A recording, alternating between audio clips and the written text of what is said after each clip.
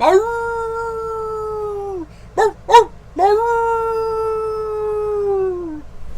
everybody, E here. Welcome back to another spooky season video. Today I am going to talk about my 5 favorite horror-coded literary fiction. What I mean by that is these are either literary fiction with horrific scenes, horrific premises, horrific themes, but also these are books that I firmly believe that if you are a horror fan, someone who loves all aspects of horror, whether it be dread, whether it be disgust, whether it be just gore, whatever. If you like horror, I think you'll love these books. Jumping right into it, After Dark by Haruki Murakami.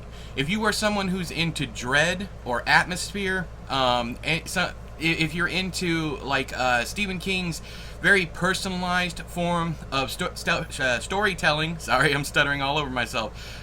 Stephen King's version of storytelling, very smooth, easy to read prose. You're really, really going to enjoy this one. It is about basically night out in Japan. There are scenes of just people sitting around talking. There are also scenes of omniscient narrative where you're literally, it's almost like reading a script, like the camera follows this person around kind of thing. It's very spooky, and I think anyone who likes, not really ghost stories, but anyone who likes a spooky atmosphere and characters you can, get to know and care for, this one is really, really good. Next up, we have one that everybody knows this dude was going to be on this list. Everyone knows this, and that is Cormac McCarthy. Most people put Blood Meridian here. I'm not going to put Blood Meridian here. I'm going to put Outer Dark. This one is for fans of, oh god, if you want spoilers, go ahead and click ahead like 30 seconds. It's not really a spoiler, but this is for fans of vampires. That's the closest I'm going to get. There is a scene with a baby. There's a bunch of really horrific scenes. But honestly, anything Cormac McCarthy writes, I think you're going to enjoy. Now, that's, of course, I have to give the disclaimer. He doesn't use question marks, but so many of us do not have issues with that. And I think if you keep an open mind and actually read what's on the page, I don't think you're going to have an issue either following it. If you do, fine, he's not for you. I understand completely. Don't need to be down there in the comments. Actually, yeah, do get down there in the comments and be like, I can't stand him because he don't use the quotation marks. That's fine. You can do that. Anyways, but yeah, Cormac McCarthy, if you dig vamps, then you're gonna like this one. Now, is it the overall theme? No, but the overall feeling of the book is uncertainty. It is darkness. It is creeping dread. And literally anything by Cormac McCarthy is like that. The Road, Blood Meridian, Child of God. Child of God is wild too, and almost made this list. But there's only really one scene of horror in there. This one, I feel like, is 100% horror-coded. Next up is one for you post-apocalyptic folks, or you folks who like The Stand, folks who like disease horror, that kind of thing, where people, start acting weird or whatever after chemicals or zombies or whatever, and that is White Noise by Don DeLillo. This book is one of the first literary fiction novels that I came across. It is also, I believe, postmodern fiction. I believe that's what all Don DeLillo writes. This is about a family, a mother, a father, and a couple kids, but the mother and father are are really zoomed in on them. There's also a Netflix adaptation, I think, that I liked with, was it Adrian No, it's Kylo Ren. Adam Driver. Adam Driver was in it, and I think it's a phenomenal movie. But yeah, this is about a family that goes on a run after I believe it's a train accident causes a cloud to make, that's either killing people, making people sick. I ain't gonna spoil it for you, but the cloud is doing something to the peoples.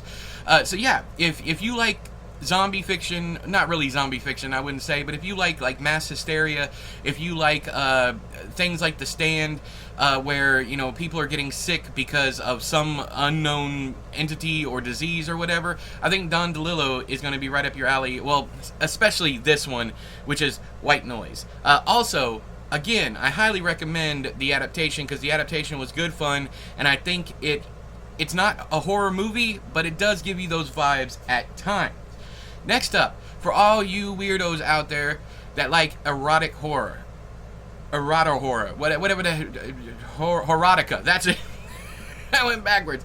If you like Clive Barker, that kind of thing, you're definitely going to want to check out Andrew Davidson's The Gargoyle. Not Andy Davidson. This isn't the hollow kind. This isn't in the Valley of the Sun. This isn't The Boatman's Daughter. This is Andrew Davidson. As far as I know, this is the only book he's ever released. If I'm wrong, let me know down there in the doobly-doo.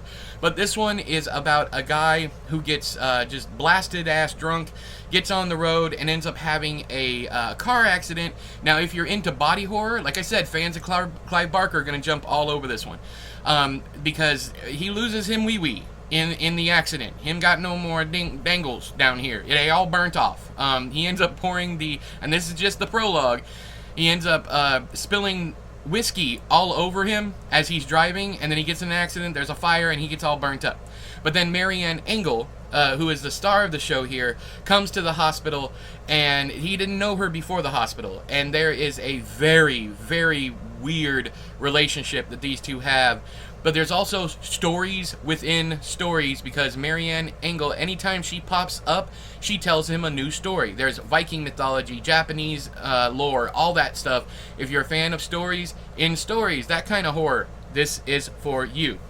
Now, this last one comes with all of the trigger warnings. If you have problems with rape, with abuse, with pedophilia, all that stuff, all of this is tackled in this book. It is very much for people who like to feel uncomfortable or who like sadness as a recreation. It's especially like a Jack Ketchum fan, you might consider this a bit overwritten, but it gives the same vibes, and that is A Little Life by Hanya Yanagihara. This book is just one horrific scene after another, and fortunately or unfortunately, depending on how you look at it, Yanagihara does not skimp on the details. There is a lot of sexual violence in this one. It's a lot. But like I said, if you're cool with things like Jack Ketchum's The Girl Next Door, you're going to want to at least try this one. It does take a while to get moving. It is a chonker of a book. It is a tome. It's over 700 pages. But I feel if you give it a chance and you get into it, you're going to get the same kind of vibes you get from Jack Ketchum, but not the same kind of writing. I'm saying it's the kind of thing where you're just watching one horrific thing after another just happen to one individual. Now, I will say none of these, I've said this before, none of these are labeled horror. And I didn't want to do literary horror, because that's way too easy. I didn't want to throw Clive Barker, Peter Straub, Dan Simmons, any of those folks on here.